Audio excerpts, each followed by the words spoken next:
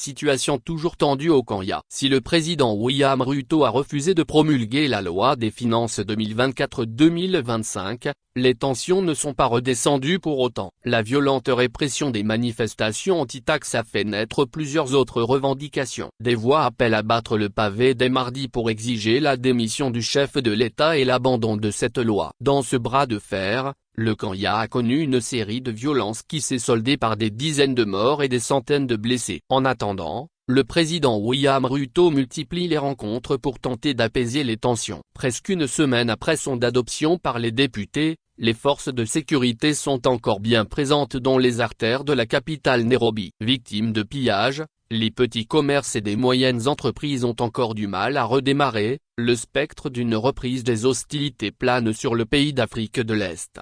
Dans la foulée, la Haute Cour de justice a éliminé l'usage des armes létales pendant les manifestations anti-taxes, mais l'opposition ne craint que cette ordonnance ne soit contraignante pour les forces de sécurité. Plusieurs organisations des droits de l'homme ont accusé la police de violences meurtrières au cours de ces semaines de manifestations anti-taxes. Au moins 30 personnes ont perdu la vie seulement mardi 25 juin, jour où le Parlement a été pris d'assaut par des jeunes mécontents de l'adoption de la loi des finances.